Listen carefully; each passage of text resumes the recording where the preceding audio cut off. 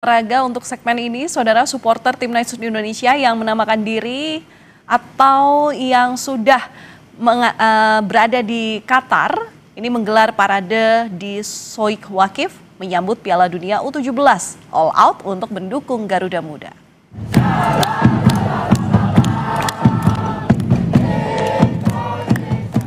Supporter Timnas berkumpul menyanyikan lagu kebangsaan dan mengibarkan bendera merah putih di jantung kota Doha pada Sabtu malam. Supporter bertekad skuad racikan Nova Arianto itu tak akan berjuang sendirian di Piala Dunia U17 2025. Garuda Qatar berkomitmen akan selalu memberikan suntikan semangat bagi Zahabi Goli dan kolega selama berlaga di Qatar nanti. Merdeka, merdeka.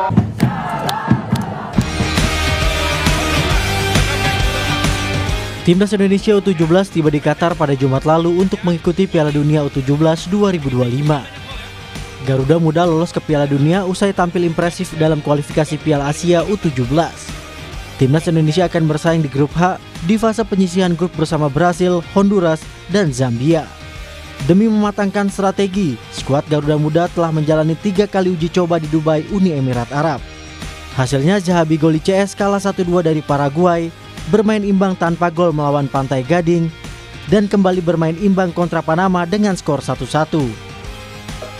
Saat kemarin kita bertemu dengan Paraguay, dengan Pantai Gading dan Panama, secara postur kita sangat kalah, tapi saya bilang ke pemain ya bagaimana kita mempunyai mental yang kuat agar kita bisa bersaing. Kalau kita tidak mempunyai mental yang kuat ya pastinya akan sulit kita bisa bersaing dengan nanti Zambia, Brasil, dan Honduras ya. Dan harapannya saya minta pemain jangan pernah takut, karena kita sekali lagi saya bicara, kita tidak pernah tahu hasil pertandingan. Timnas U17 akan mengawali kiprahnya di Piala Dunia dengan menghadapi Zambia di Doha, Qatar pada 4 November nanti. Zambia yang membawa 25 pemain hadir sebagai tim debutan di ajang Piala Dunia U17 2025. Sementara bagi Indonesia ini menjadi penampilan kedua. Pada edisi 2023, Garuda Muda hanya mampu mencapai babak penyisihan grup. Tim Liputan Kompas TV. Dan seperti apa peluang Timnas U17 Indonesia di Piala Dunia U17 2025 di Qatar? Kita akan bahas bersama dengan pengamat sepak bola Wesley Hutagalung. Selamat malam Bung Wesley, apa kabar? Selamat malam. Baik.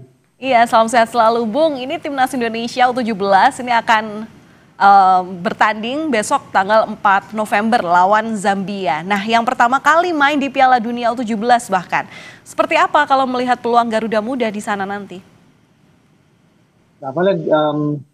Kita punya ekspektasi tinggi ya, karena standar yang sekarang ini ditetapkan oleh pemerintah sepak bola di tanah air itu bukan lagi standar sekedar partisipan. Kalau dua tahun lalu kita bisa tampil sebagai tuan rumah dan sekarang kita lolos, memang peluangnya diperbanyak ya, karena pesertanya tidak lagi 24, tapi sudah jadi 48 tahun ini, dan tujuan akan terus dilakukan.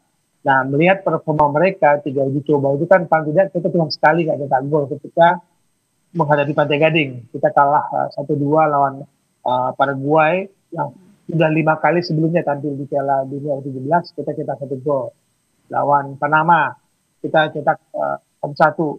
Berarti kita Panama juga sudah 3 kali sebelumnya main di Piala Dunia. Jadi ada sebuah harapan besar bahwa kita bukan lagi inferior terhadap tim-tim yang lebih dahulu mentas di panggung Piala Dunia meskipun kategorinya junior. Ini hasil yang harus kita tunggu performanya dari sebuah laga uji coba dengan turnamen, karena bagi saya untuk U22 ini ada 3 faktor itu. Yang pertama soal kemampuan mereka fokus kepada pertandingan, fokus kepada strategi yang ditetapkan oleh pelatih, lalu konsistensi. Tidak mudah untuk anak muda itu bermain konsisten, apalagi pertandingan tiap 3 hari kan, tanggal 4, 7, tanggal 10 itu kan tanding, jadi cuma 2 hari istirahat. Dan yang ketiga soal kepercayaan diri, ini yang menjadi kendala bagi usia muda kita. Nah, kepercayaan diri itu sudah dipupuk kemarin lah lawan 3 uji coba lawan Pantai Gading, Panama, dan lawan Paraguay. Ya, memang kemarin performa kita kurang baik ketika lawan Paraguay, kemudian juga Panama dan juga Pantai Gading begitu ya. Ini memang harus jadi catatan. Kita nggak boleh lihat ke belakang, tapi memang optimistis harus selalu kita tanam. Tapi untuk membangun optimistis itu pasti perlu ada yang membuat percaya diri. Jadi apa sebenarnya dari kekalahan kemarin yang harus dibenahi oleh sang pelatih? Tadi saya sudah sebut ada 3 faktor ya. Nah, tim pelatih itu juga harus memperkuat lagi aspek psikologi. Nah, di tim itu kan memang ada psikologi. Yang perlu sebenarnya menjadi catatan bagi kita lah, di tingkat usia itu, Mbak Valen, sebenarnya persaingannya nggak terlalu jomplang. Kalau kita mundur di kejuaraan sebelumnya kan kita lumayan ya, memulai 2 pertandingan dengan skor imbang di 2 pertandingan awal, meskipun akhirnya kalah lawan Maroko. Tapi pada usia 17-20 sebenarnya kita nggak boleh inferior. Nah, tadi saya katakan kalau percaya diri mereka bisa dijaga, bahwa di kategori junior itu kita masih bisa bersaing kok. Iya setuju. Ini memang besok itu ketika pertandingan Garuda Muda itu juga akan jadi challenge untuk para pemainnya sendiri.